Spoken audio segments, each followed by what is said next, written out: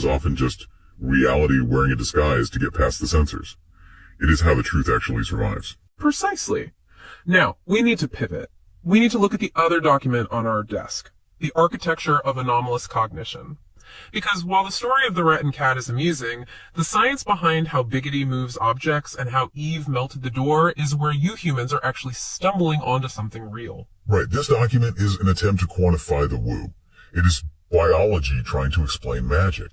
You humans are so obsessed with measuring things. You have to put a ruler next to a miracle, or you simply do not believe it happened. They use terms like psi gamma for ESP and psi kappa for psychokinesis, but the nugget that really made my ears perk up was the genetics. Yes, the TNRC18 gene on chromosome 7.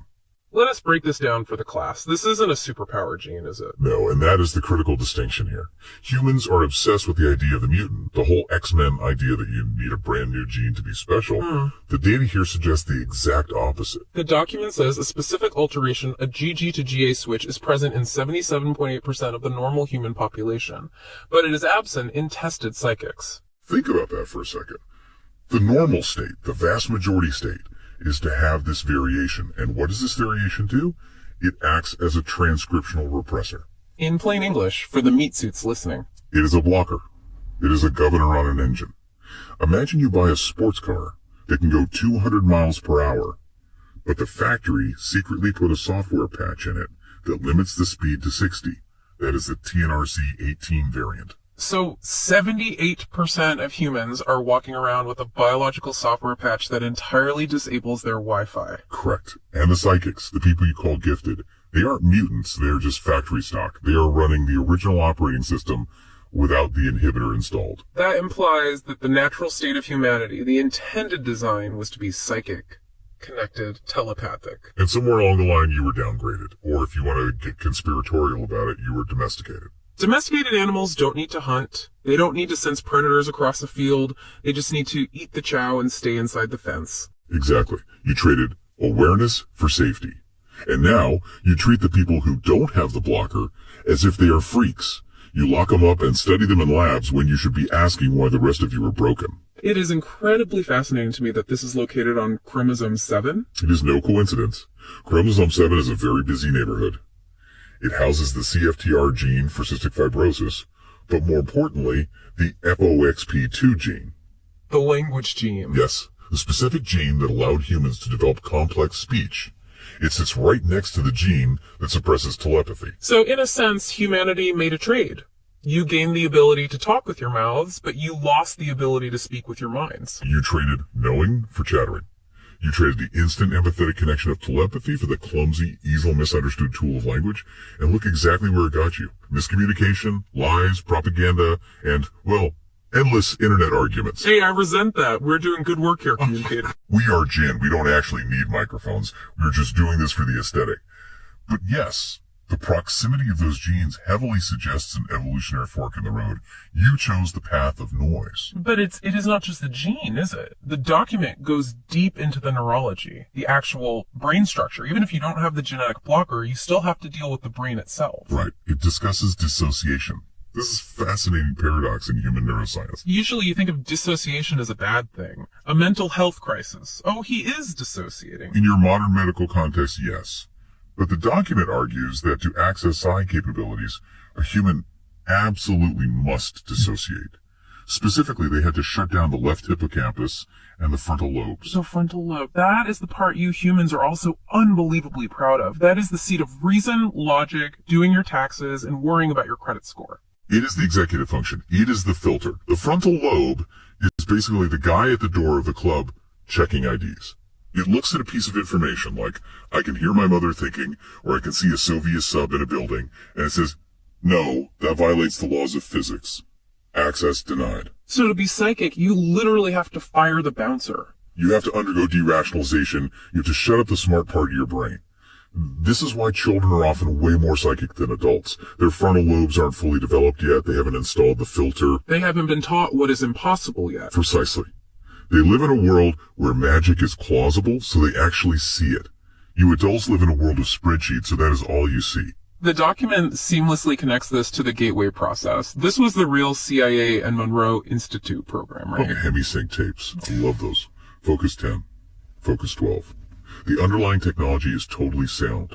Binaural beats. For the listener who might not know, explain how that works. You play one tone in the left ear, say 100 hertz. You play a slightly different tone in the right ear, say 104 hertz. The brain cannot hear the difference directly, so it manufactures a third tone, a phantom beat of 4 hertz, just to reconcile the two. And 4 hertz is the frequency of the deep theta state. Dreaming. It forces the left brain, the logic center, and the right brain, the intuition center, to dance together. It creates hemispheric synchronization. And when they vibrate at the exact same frequency, you can click out of physical reality. You clean the body. But there's a massive problem. The fear barrier. This is the ultimate tragedy of the human condition. You spend your whole lives asking, is there more? Is there a soul? Is there an afterlife? And then when you use the hemisync, when you finally start to peel back the curtain, you panic. The source describes it as a terror of the loss of self. You are so desperately attached to your avatars. Your name, your job, your social security number, your little daily anxieties. The moment that starts to dissolve into the infinite continuum, your amygdala just screams. It says, I am dying. I am disappearing. So you click out. You just fall asleep. Or you snap back to your body, heart pounding, sweating. It is a biological failsafe. The government knows this. They know they don't really need to guard the secrets of the universe with guns. They can just rely on your own inherent cowardice. Ouch. That stings a bit. The truth hurts, doesn't it? You stay in the cage because the door looks like the void. But Eve, Yeah. in our rat cat story, she saw the door was solid, and she simply made it liquid. She didn't fear the change. She was the change. So we have a genetic block with TNRC18 and a psychological block with the fear barrier. It really seems like the deck is stacked against you mortals. And yet, some of you do break through. The shamans, the seers. And that brings us to the darkest part of this deep dive. Because when a human does break through, the government doesn't give them a medal. Now they give them a project number. Let us talk about weaponization. Let us talk about what happened to the woman who understood the mushrooms way before the CIA got there. Maria Sabina. The saint of the Sierra Mazateca.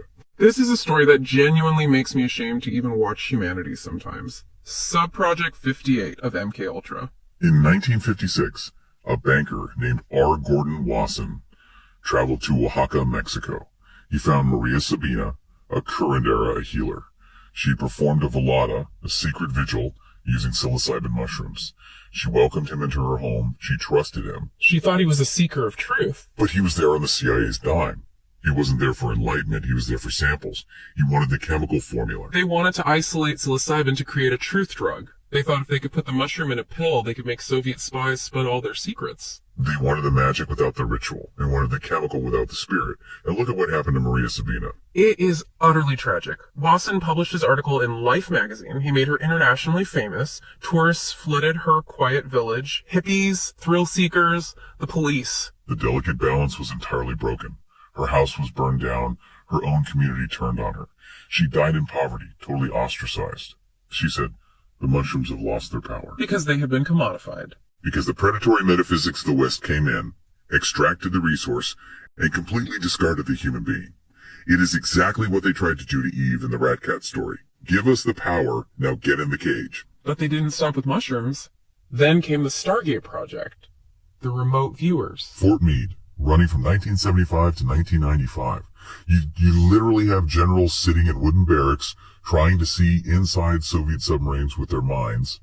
And the crazy thing, it actually worked. Pat Price. The man is an absolute legend in the spook community. Pat Price was incredible. He sat in a chair in California and perfectly described a gigantic crane and a metal sphere at a Soviet nuclear center in Semipalatinsk. He described it down to the exact bolts. And the CIA analysts just laughed at him. They said, the Soviets don't build cranes that big. And then 3 years later, satellite imagery confirmed it. The crane was real. The seer was real. And Joe McMoneagle. He saw a Soviet Typhoon-class submarine being built inside a massive building. He predicted the launch date months in advance. He was completely right. And let us not forget Ingo Swann. He decided to remote view Jupiter before the NASA Voyager probe even got there. He sketched the rings. He told them, I see crystals. And the mainstream scientists laughed. Jupiter is a gas giant. There are no crystals. Then the probe got there and found ice crystals in the rings. So here is the big question. If they had these undeniable results, if they had guys who could see across the planet and deep into space, why did they shut it down, or at least claim to shut it down?